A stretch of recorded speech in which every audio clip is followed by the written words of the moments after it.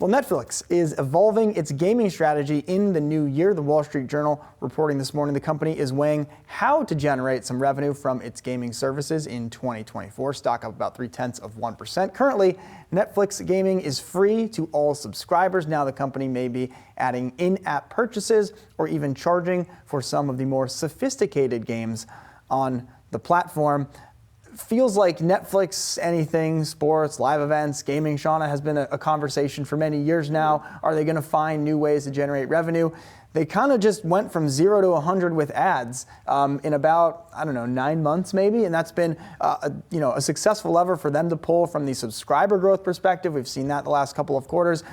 We've certainly seen that, kind of get investors excited once again in the core Netflix story, which is essentially taking more and more market share in how people spend time with screens in front of their faces, which is, how people spend most of their time these days. Mm-hmm. The gaming one, to me, I don't know, generate revenue, like it's just less interesting to be like, we would like to generate some revenue from this compared to, again, the success they had with the ads business. Yeah. And I do sort of wonder if, Netflix wants to say we're continuing to innovate in our product roadmap, but it feels like they kind of found the answer, at least for the near term, with the ad-supported tiers. Yeah, I do agree with that, and especially just because of the fact that when you take a look at the numbers, at least released from Apptopia and some of the other data firms that track at least what they think the user base looks like, it only accounts for about 1% right now. Gamers account for about 1% of the users, so very, very small fraction. So exactly to your point in terms of how big of a revenue driver this is going to be, at least in the medium term or immediate term, I should say,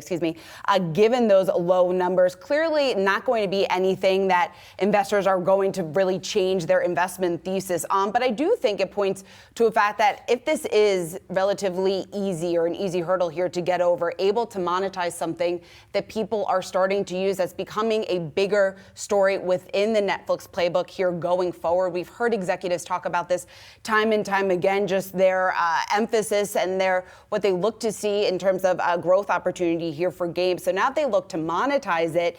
It's obviously further diversifying the revenue stream, adding another source of revenue here. Mm-hmm. In the immediate term, though, nothing huge. What these numbers could look like maybe in the longer term, again, unlikely to ever be in comparison to what we've seen from the ad-supported tier, but it could be another reason for investors to be more bullish on this. Yeah, I mean, I'm hearing there's a too hot to handle game.